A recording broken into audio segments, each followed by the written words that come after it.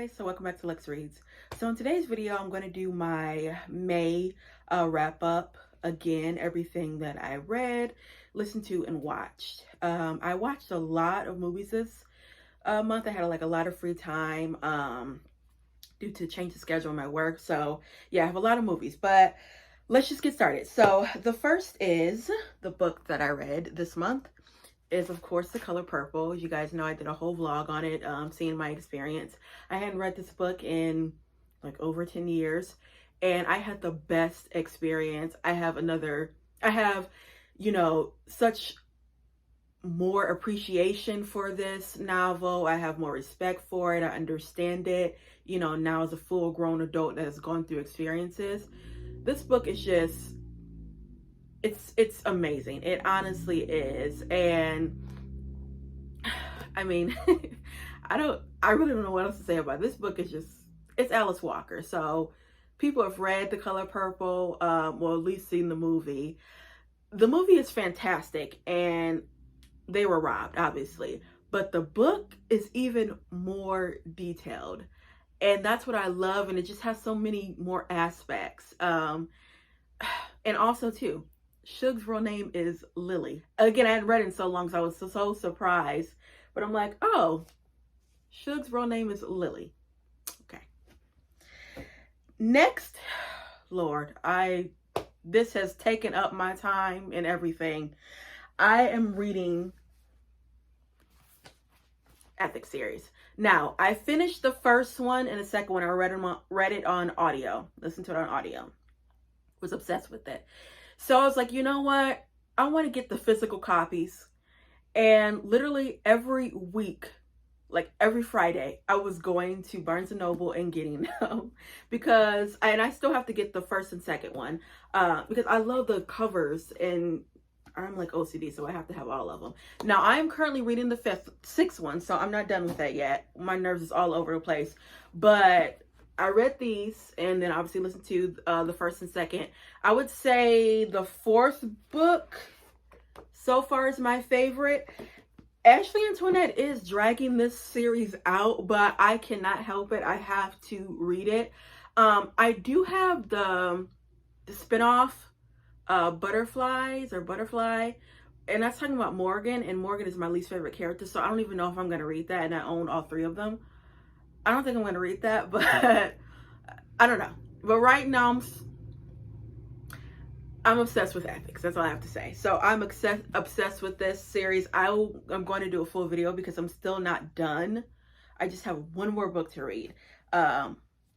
If you guys have read Ethics, like, have you guys heard of this series? Do you guys like it? What's your favorite character? Currently, my favorite character is Alani, even though she's like up and down. Of course, Ethics is just, oh Lord, if he was a real man, girl. I love Bella. Yeah. So, what's your favorite character from the Ethics series? If you guys have read it. Okay. So, those are the only books that I actually read.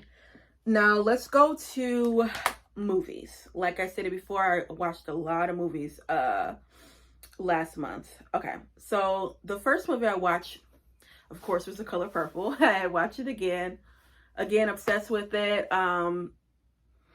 Probably my favorite character from the book. My favorite character is Suge. From the movie, probably still is Suge. And of course, I'm always gonna have my heart goes out to Celie. That movie is just fantastic. So yeah. Next, I watched Mona Lisa Smile. This movie is fantastic. It is talking about Wellesley College, which is an all-girl college. It is set in the 1950s, 1953 to 1954. And it just talks about, women trying to be progressive. And, Wellesley is an all-girls school. So it talks about, sexuality, talks about contraception that was illegal.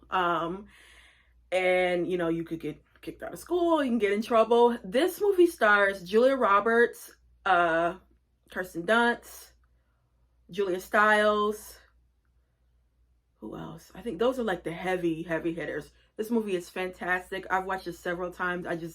I love to see, Wellesley College in the 1950s from their perspectives. It was just amazing. Check it out, guys, if you haven't. Next was a movie called Doubt.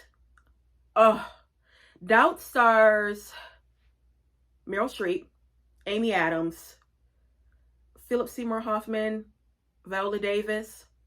Oh my goodness. So Doubt is about a Catholic school also in the 1960s. There is a young man, he's the first black boy admitted to the school. And of course, he's having trouble. It's the 1960s civil rights movement. But he befriends a priest. And two of the nuns think that the priest is having an inappropriate relationship with the boy. Of course, he's been singled out, no friends. Who is he going to turn to? And he's turned to this priest. When I tell you, come on, it's Meryl Streep. Meryl Streep can play Batman, okay? But those actors, they did that. I mean, you have some heavy hitters. Meryl Streep and Viola Davis, and Philip Seymour Hoffman. I mean, he was amazing. When I tell you he embodied that priest, like, he embodied that. That movie is fantastic. Okay, so the next movie I watch is Still Alice. This stars Julianne Moore and Alec Baldwin. So it talks about a professor named Alice that she just turned 50. She is a linguistics professor, and she develops onset Alzheimer's at the young age of 50. And you basically see how she is trying to, navigate her personal life and professional life, and how her life just changed like so drastically. With onset Alzheimer's, it goes really, really fast. So like within months, she basically was like nonverbal.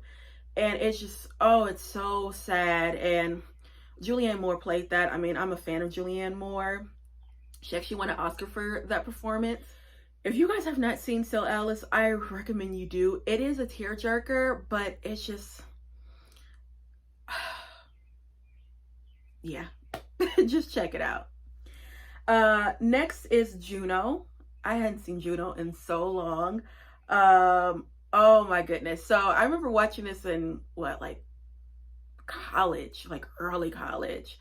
So Juno, it basically stars Elliot Page, and she is a 16-year-old girl that gets pregnant, and she's going to give the baby up for adoption. It's basically what it is. And you just see, how she's, going through school, and you see how she's trying to basically still have a relationship with the father. It's a cute little coming of age kind of story. I like it. Juno's real like quirky. It's a really good film.